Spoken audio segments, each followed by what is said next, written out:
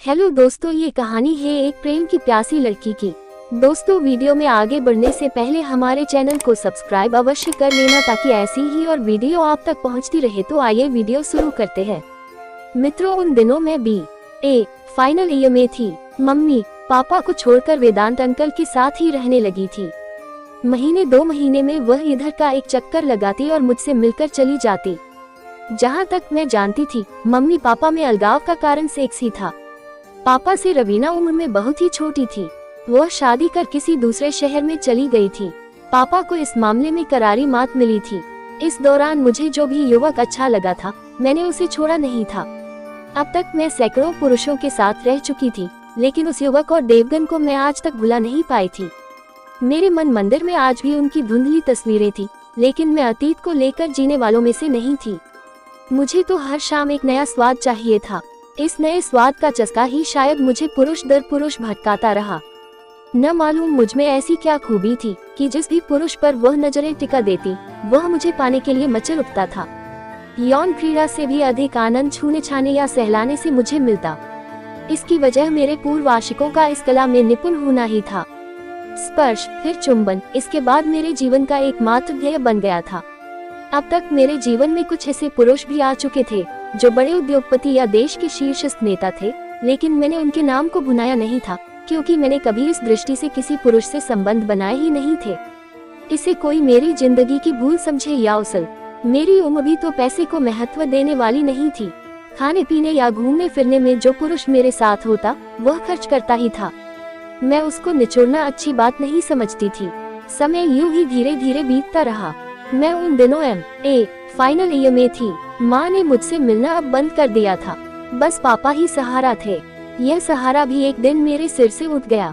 कोई हफ्ते भर बाद पापा घर आए तो उनके साथ एक 26 वर्षीय स्त्री थी। वह स्वभाव से बहुत ही चंचल और तेज तर्रार थी। पापा पर उसने न जाने कौन सा जादू कर दिया था कि वह मुझसे बार बार कह रहे थे कि काजोल, तुम मम्मी के पास लौट जाओ या कोई नौकरी कर लो और कहीं कमरा किराए पर लेकर रहो। मैं कोई नासमझ बच्ची तो थी नहीं, यह अच्छी तरह से समझ सकती थी कि वह मुझे स्वयं से अलग क्यों रहने की सलाह दे रहे हैं। मैंने पापा से कहा, पापा आप मुझे पढ़ाई का खर्च तो दे सकते हैं ना? अरे वाह, तुम अपनी माँ की भी तो बेटी हो, जाकर उससे ही पढ़ाई का खर्च मांगो। मैं तुम्हें अब फूटी कौड़ी भी नहीं देने वाला। पापा के यह कहते ही मैं एकदम लाचार और बेबस हो गई।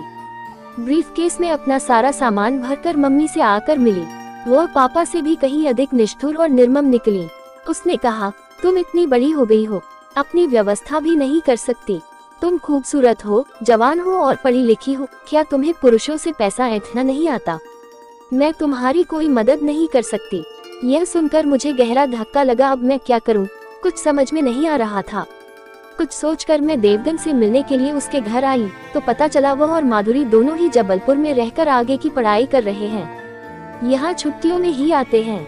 मैं माधुरी के घर से वापस आई तो मम्मी पापा पर बहुत गुस्सा आया। वे दोनों अपने तरीके से जी रहे हैं तो जिए, लेकिन उन्हें मेरे साथ भी तो न्याय करना चाहिए था। क्या उन्हें यह पता नहीं है कि एक लड़की के लिए अकेले जीना कितना मुश्किल होता है?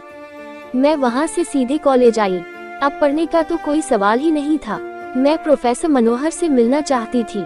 वह मुझ पर दिलोजान से फिदा थे और काफी अमीर भी थे, लेकिन आज वह कॉलेज नहीं आए। उस समय शाम के 6 बज रहे थे। दरवाजा खुला ही था। मैं अंदर आई तो वह सोफे पर बैठे सिगरेट पी रहे थे। उनकी उम्र यही कोई 35-40 की थी और पत्नी से उनका तलाक हो गया था। बच्चे उनकी पत्नी के साथ ही रह रहे थे। मुझे अपने यहाँ अचानक ही देखकर उनका चेहरा खिल उठा। वह सोफे से खड़े होकर मेरे पास आए और मेरा हाथ पकड़ते हुए चाहक पड़े, पत्नी न हो तब भी मुश्किल और हो तब भी मुश्किल। मेरे ख्याल से रखेल ही रखना सही है। मैंने पहली बार उनका यह रूप देखा था। मुझे बड़ा ही आश्चर्य हुआ, लोग दोहरी जिंदगी क्यों जीते हैं। तभी उन्होंने अलमारी से एक महंगी शराब की बोतल निकाली और मेरी ओर मुस्कुराकर देखने लगे। मैंने भी मुस्कान का जवाब मुस्कान से दिया। मुझे प्रोफेसर मनोहर के इरादे से कोई एतराज नहीं था। इसी बीच वह शराब से भरा गिलास मेरी ओर बढ़ाते हुए बोले, शराब तो तुम पीती होगी। शराब तो मैंने तभी पीना शुरू कर दिया था जब कॉलेज में दाखिला लिया था। पुरुष और शराब, ये दोनों ही चीजें मेरे जीवन से जुड़ गई थी। मैंने आंख बंद कर गिलास खाली कर दिया। प्रोफेसर मनोहर बहुत ही खुश है। ऐसी शराब मैंने पहली बार ही पी थी। पूरे शरीर में नशा फैल गया। मेरी आंखों के सामने धुंधलापन छा गया और देखते ही देखते पलकों ने आंखों को ढांप लिया। कोई 2 घंटे बाद मुझे होश आया तो प्रोफेसर मनोहर पर बहुत ही गुस्सा आया। सभी पुरुष एक जैसे ही क्यों होते हैं?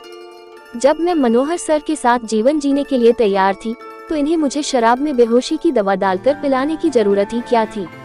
तभी मेरा हाथ अपने शरीर पर गया तो अवाक रह गई। मेरे शरीर पर एक भी कपड़ा नहीं था। इतने में ही मेरे हाथ अपनी जननेंद्रिय पर चले गए। उसे छूने से मुझे यूं लगा जैसे प्रोफेसर मनोहर ने कुछ किया ही न हो। तभी मैंने उठने की कोशिश की तो उठ न सकी। मुझे कांच चुभने जैसा दर्द हो रहा था। मैं बुदबुदाई, प्रोफेसर मनोहर ने मेरे साथ कैसा सहवास किया है कि मेरा शरीर फटा जा रहा है। मैं कराहती हुई किसी तरह से उठी और कपड़े पहनकर पुनः बिस्तर पर लेट गई। इसी बीच मनोहर सर अंदर दाखिल हुए।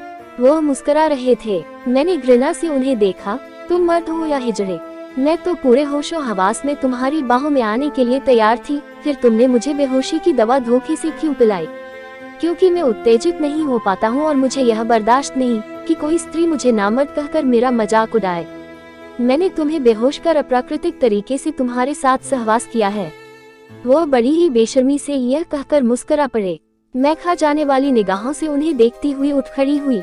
मैं तुम्हें छोड़ूंगी नहीं, तुम एक कसाई से कम नहीं हो। मैं तुम्हारा खून पी जाऊंगी। तभी वह तेजी से आगे बढ़े और मुझे धक्का देकर बिस्तर पर गिरा दिया। मैं तुम्हें इस काबिल छोड़ूंगा तब न मेरा खून पियोगी। मैं तुम्हारा जीवन बर्बाद कर दूंगा।